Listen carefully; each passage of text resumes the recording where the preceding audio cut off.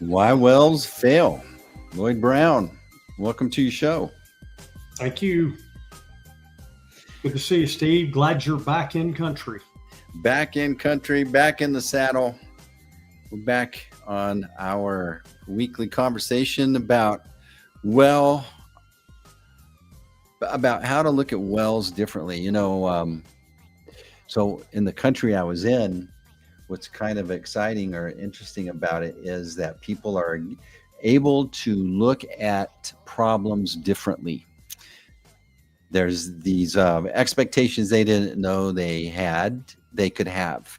The old way things were getting worse, but now it's like things are turning around and things are getting better. And I just think about our topic today about, an industry can have that same mentality where things are just what they are. And we don't know we have other options till we start learning about them. And that's why this podcast exists, Why Wells Fail. And so today we want to talk about the culture that makes following the crowd maybe safer than considering, hey, there's a way that we can know exactly what's going on downhole, what we need to prescribe, and how we can optimize and remove a bunch of headwinds that most operators fight when they're trying to launch a healthy well.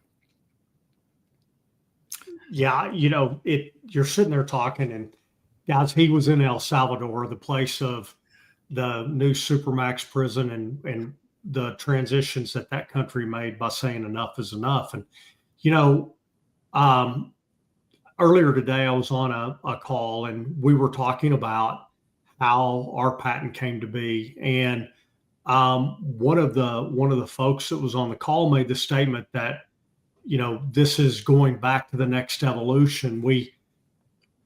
I think, and I might misquote him a little bit, but he said, we were so impressed that we were able to get oil and gas out of a rock that we used to think it was impossible. We created something that was impossible to possible, but we've now gone back to look at how do we make it better than it is?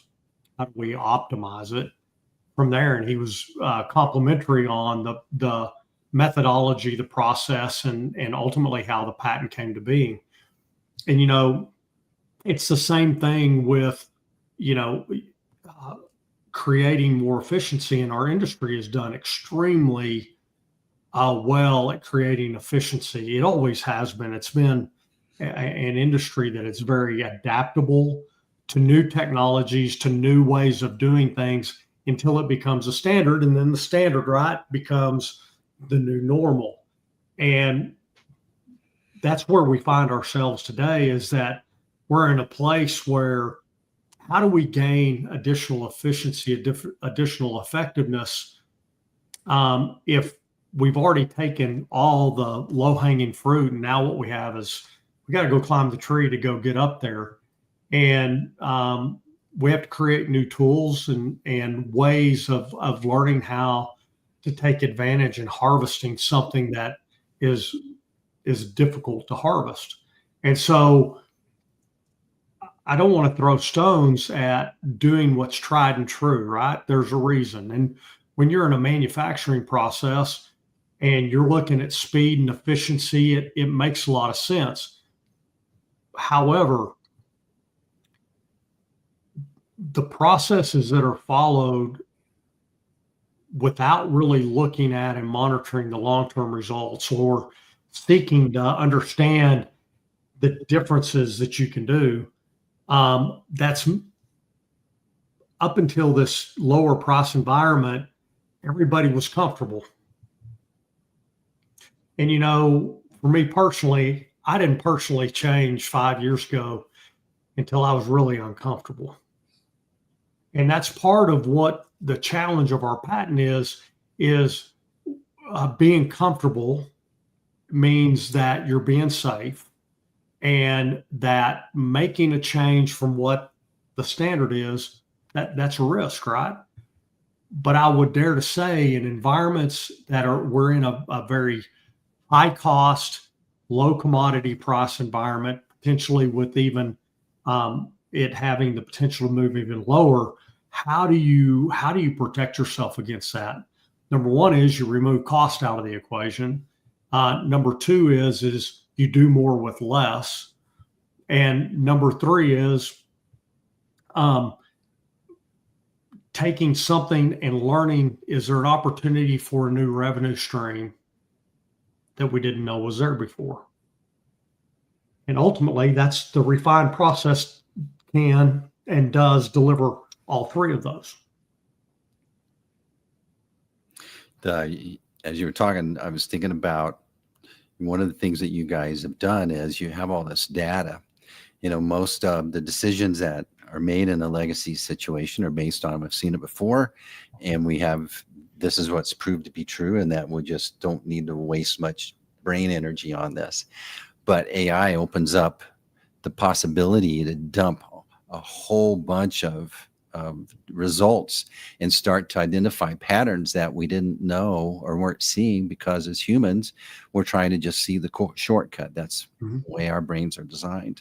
And that's what you guys have done. You brought in all this data, and you're able to start identifying ways to do that process better. Well, other parts of it were not even tied to AI, though. It was a desire and a passion to develop something that was a predictable function. It wasn't in the laboratory. We weren't looking for something that made us feel good about a product. We were looking for something that validated what we were doing in the laboratory, translated to a measurable economic benefit in the field. And that's how we developed, the Pathfinder process, which is a prediction, a prescription, and then a promise kept, because we're able to monitor what we do post completion. And so there's safety in our process. I can understand why there's been a reluctance to change the products without knowing the why. And then the how. And that's ultimately what our company's built around. Is the process is the standard. It sets the metrics, but there's not a predetermined right way to do what we do. There's things that we've learned. We've learned a lot of things what not to do. But then conversely, we're able to take ultimately the three primary metrics that we look at in geology, which is clay, carbonates, and quartz, and in those ratios of concentrations, then be able to predict what this geology is. And that's another, I think we talked about it last week. Our model is it's agnostic to location. It's focused on what a real the metrics that need to be measured to understand how, when disruption happens through a frac, how do we bring back into an equilibrium, a dynamic state that lets us get the most oil and gas out of this well that we possibly can. And to do that, you got to do things different. And we want to encourage folks that are listening and that are learning about what we do. We're ultimately safer than what you're currently doing.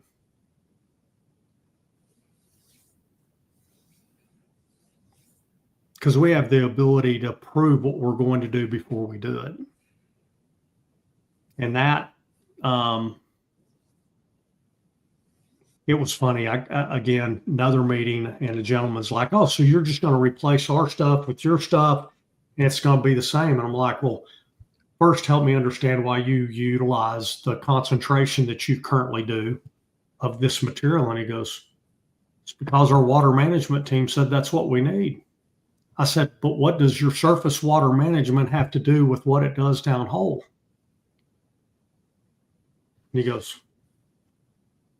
"That's a good question. That's part of our process." And I'm like, "Why?" "It's because what we've always done." And, that's kind of like old Ronco, right? he came out with all these, for those of you that are not a child of the 70s. Ronco was the original TV guy that got you to buy everything that he made. And he had an oven, and his whole deal was what? Do you remember, Steve? Set it and forget it. Set it and forget it. And that's what we do as an industry, right? We get a process that makes us feel comfortable, feel safe, and we set it and forget it. And that really goes to our subject today, that setting and forgetting means you're going to get the results you deserve. And you don't know if you're going to be overcooked or undercooked, and if the meal is going to really come out and taste very well. Because that was the other part of the equation Ronco didn't really do. He's like, yeah, I got this wonderful thing, but I don't know that I've got more than 4 recipes that are going to turn out any good. And so that's my encouragement today is if you find yourself in a state that you set it and forgot about it, and you're doing it because you don't really know why, it's just what you've always done, man, I'd love to talk to you and share what we've learned and continue to learn. We just had another discovery last week. It's so amazing what you can see when you're looking through a different set of glasses. I remember when they all came out. Do you remember the old blue blockers? I'm bringing out all the things from back in the day. And everybody's wearing the stupidest looking glasses because it was blocking the blue light. And then they redid it with the blue light coming from your screen. I mean, they've regurgitated that pair of glasses probably 4 different generations. But, putting on a different set of lenses gives you the ability to see things in a different way. And that's what we would, really like to have the opportunity to do with folks. And then, moving to the next area, because we do suppress acid gases, CO2 and H2S, we have an amazing impact on the cost of production over time. And we're now going down the path and have multiple conversations with validation entities, worldwide ones, looking at is the pathway best for our clients to create a carbon credit environment because they're utilizing our process and they can measure the impact that they're making on the production of these gases?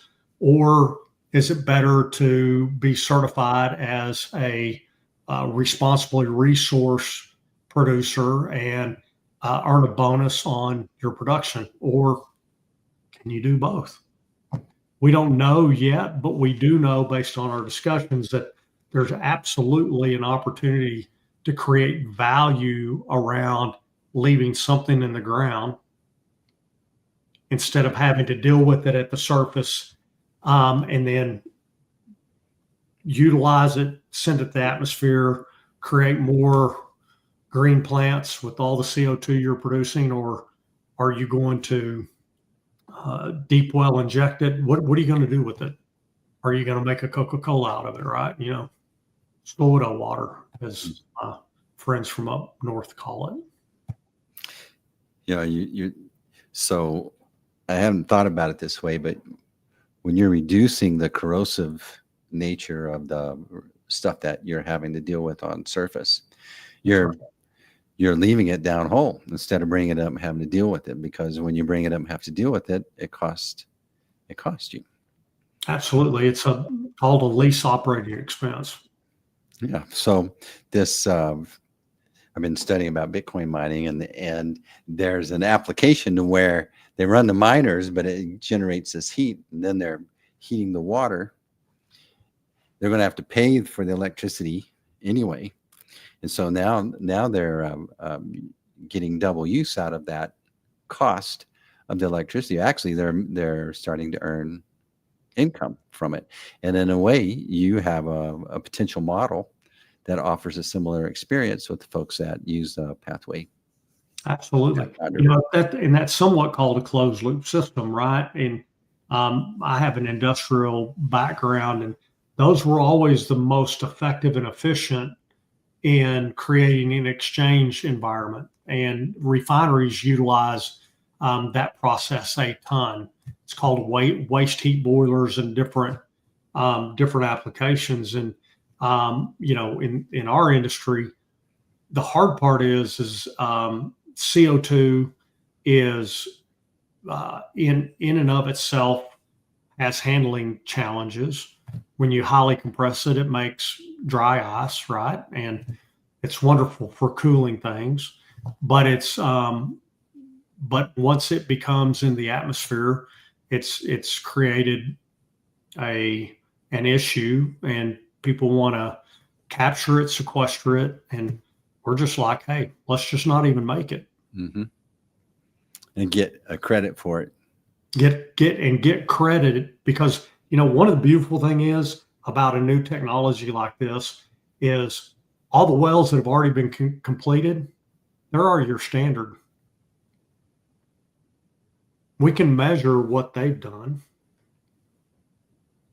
So it's real easy to go back and look at the impact in a similar geology that has most of the components of it and be able to translate that into what is the difference.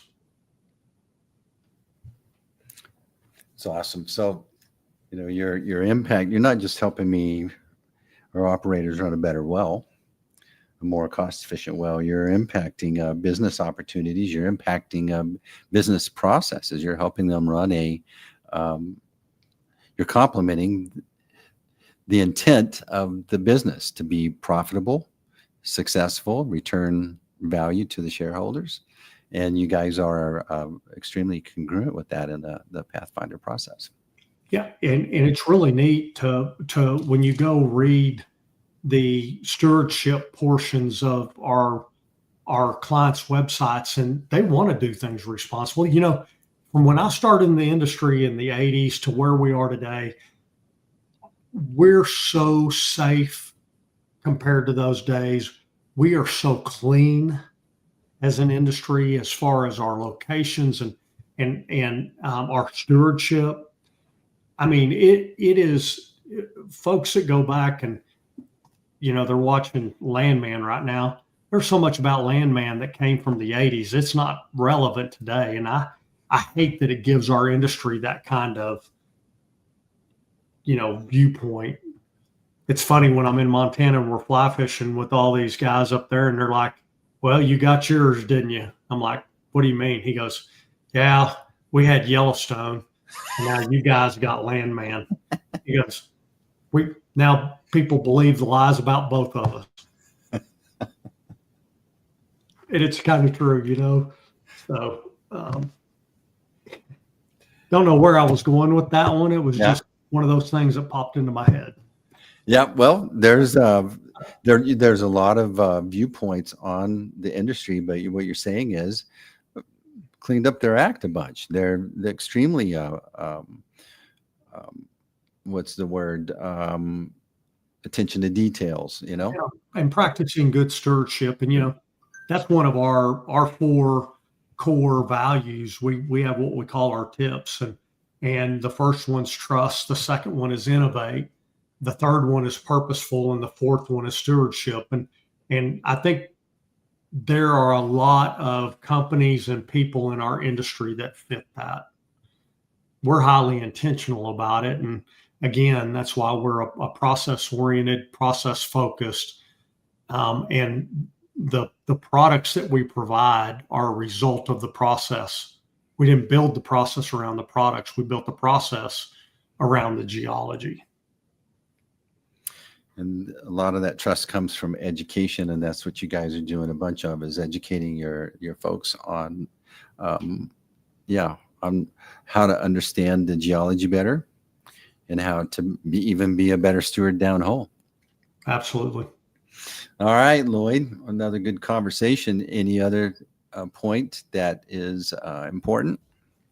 Now, again, during the week, if somebody blesses us by watching this and they have some questions they'd like to have, we'd love to have either preloaded questions that you have, or join us and shoot them out to Steve and I, because we're sitting here looking at our chat available to talk. But I will say that the number of folks that have watched our episode, Steve, I just want to tell them thank you for taking time out of their schedules to honor us with their presence, to listen to us. And as I share with a lot of folks that we're making presentations to, hey, if you see something that your basic sediment, your BS meter starts coming up and you think that we're blowing smoke at you, throw it out there. We're not offended. You never know. We might really learn something that we're missing. Mm-hmm. And we would love to be able to have that conversation. Excellent. So impacting the way to look at things, to see other possibilities. That's part of this is season 2, by the way, Lloyd. This is the second episode in season 2. So this educational initiative that you're doing, sharing what's going on and how you want to work. If folks want to work with Lloyd, maybe they got some questions, want to see what this solution might look like in your situation, the best way to reach Lloyd is Lloyd.brown@refinecompletions.com and at Refine C. Lloyd B. here on this venue, both at LinkedIn and X. That's right. All right, team, we're going to see you in a week, another episode of Why Wells Fail. We appreciate you watching, and that's a wrap.